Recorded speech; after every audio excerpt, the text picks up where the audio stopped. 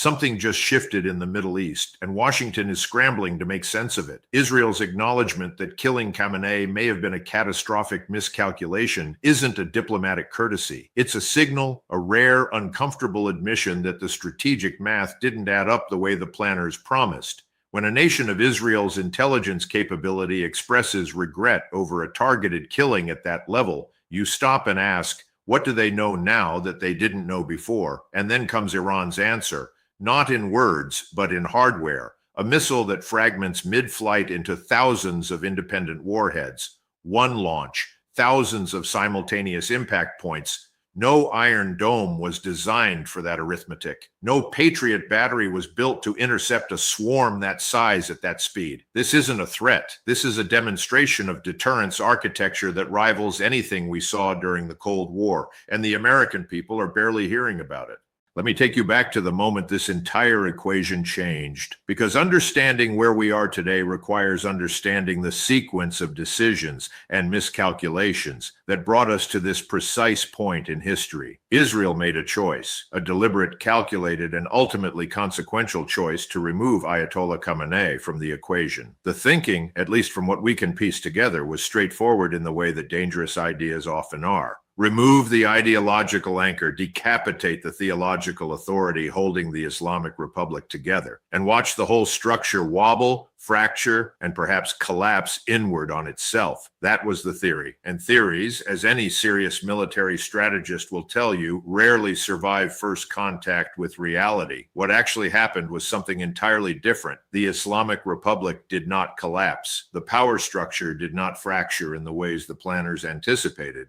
Instead, what emerged was a consolidation, a rallying effect that authoritarian systems frequently produce when they perceive existential threat from an outside force. The Iranian military, the Revolutionary Guard, the clerical establishment, and large segments of the Iranian population who had complicated feelings about their own government suddenly found themselves united around a single, burning question. What are you going to do about it? And that question demanded an answer, not a diplomatic answer, not a United Nations resolution, a real answer, a kinetic answer. And Iran, as we are now learning in considerable and uncomfortable detail, had been preparing that answer for years. Now let's talk about this missile, because when you hear the phrase monster missile, it's easy to dismiss it as hyperbole, the kind of dramatic language that gets thrown around in headlines to generate clicks and views. But strip away the dramatic language and what you are left with is a weapons system that represents a genuine leap in destructive capability. A single missile launch, a single trajectory tracked by radar systems, potentially intercepted by air defense networks. That's manageable, at least theoretically. That's the threat model that billions of dollars in American and Israeli defense spending was built around. One missile, one target, one intercept opportunity. The entire architecture of regional missile defense was constructed on that logic. What Iran has apparently developed and demonstrated is a system that invalidates that entire architecture. A missile that ascends, reaches a certain altitude, and then fragments, not randomly, not chaotically, but deliberately, into thousands of independent warheads, each of them continuing on its own trajectory toward its own designated target. Think about what that means for a moment in practical operational terms. Your radar picks up one launch. Your targeting systems acquire one object. Your intercept calculations are running on one incoming threat. And then suddenly, you are not dealing with one threat. You are dealing with thousands of simultaneous threats, scattered across a wide area, moving at hypersonic speeds, each requiring its own intercept solution in a time frame that no existing system can realistically process. That is not a missile defense problem. That is a mathematics problem. And the mathematics, quite simply, does not work in the defender's favor. The price tag being reported, roughly $1 million per missile, is also worth sitting with for a moment. Because here is the uncomfortable reality of modern warfare that the defense establishment in Washington has spent years trying to avoid discussing openly. The cost asymmetry is devastating. The United States and Israel have invested tens of billions of dollars building air defense systems. Iron Dome, David Sling, Arrow, Patriot, THAAD. These are extraordinary technological achievements. They represent decades of engineering innovation and enormous financial commitment. And a $1 million missile that splits into thousands of warheads threatens to render significant portions of that investment strategically irrelevant. That is not a comfortable conversation to have, but it is the honest conversation that needs to happen. When you talk to serious military analysts, not the retired generals who rotate through television studios to provide reassuring commentary, but the people who actually study weapons systems and operational doctrine, they will tell you that this kind of capability gap is not new. They will tell you that the warning signs have been visible for years. Iran did not develop this technology overnight. This is the product of sustained investment, technical ingenuity, and a strategic patience that frankly deserves acknowledgement, even from those who view Iran as an adversary. They were told repeatedly that they would be destroyed. They were sanctioned, isolated, threatened, and subjected to cyber attacks on their nuclear infrastructure. And through all of it, their military-industrial complex kept working, kept developing, kept building toward a moment exactly like this one. And Israel knew. That is perhaps the most significant element of this entire story, and the one that receives the least attention in mainstream American media. Israeli intelligence is, by any reasonable assessment, among the most capable in the world. The Mossad has a record of penetrating adversary organizations at levels that are genuinely remarkable. So when Israeli leadership now expresses what can only be described as regret over the killing of Khamenei, you have to ask the obvious question.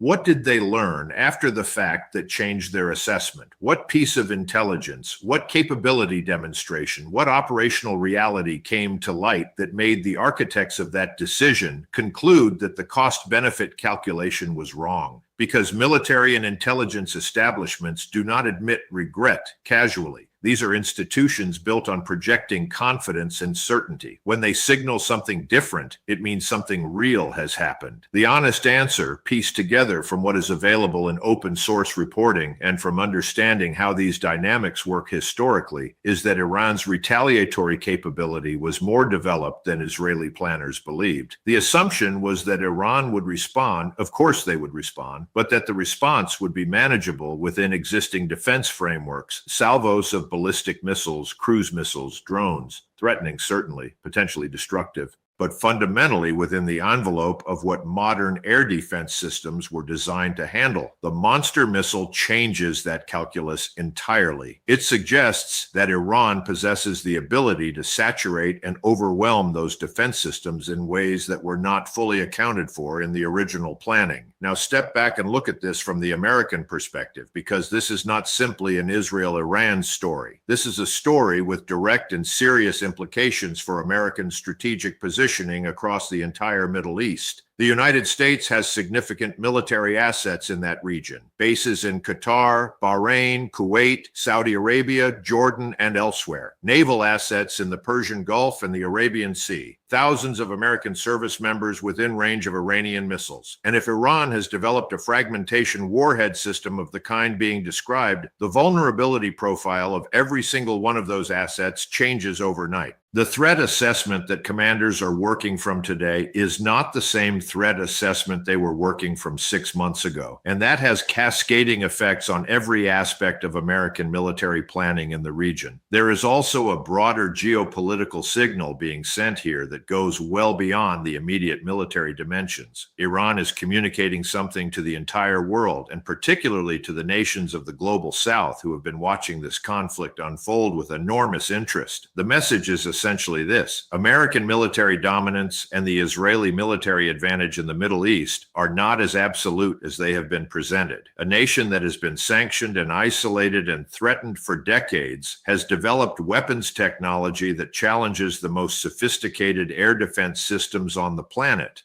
That is a statement about the limits of American power projection. It is a statement about the limits of technological dominance. And it is a statement that countries across Africa, Asia, and Latin America, countries that have been weighing their relationships with Washington against their relationships with Moscow, Beijing, and Tehran, are absorbing and processing right now. This brings us to the larger strategic picture, and it is one that requires a degree of honesty that Washington has been deeply reluctant to provide to the American people. The unipolar moment is over. The period following the Cold War, during which American military and economic power was so overwhelming that no nation or combination of nations could seriously contest it, has ended, not with a single dramatic event, but through a gradual accumulation of decisions, miscalculations, and strategic overextensions that have eroded American credibility and capability simultaneously. Iraq, Afghanistan, Libya, Syria.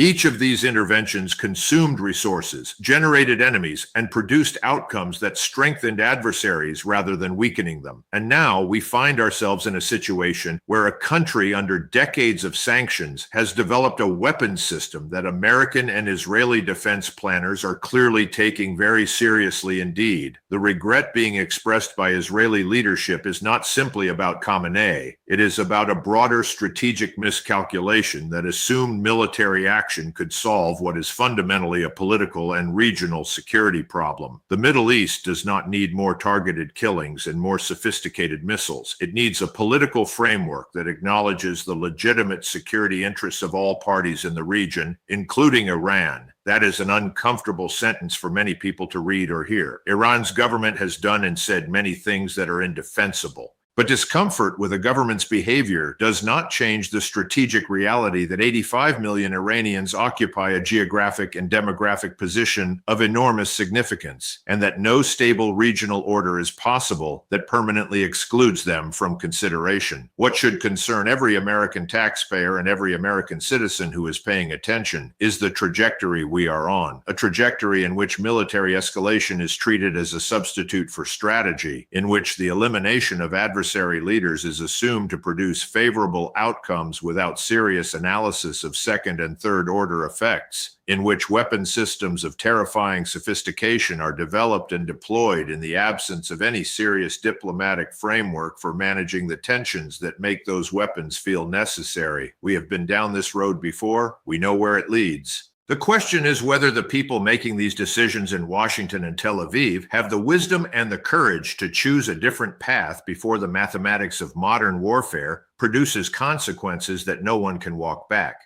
The monster missile is not just a weapons story. It is a mirror.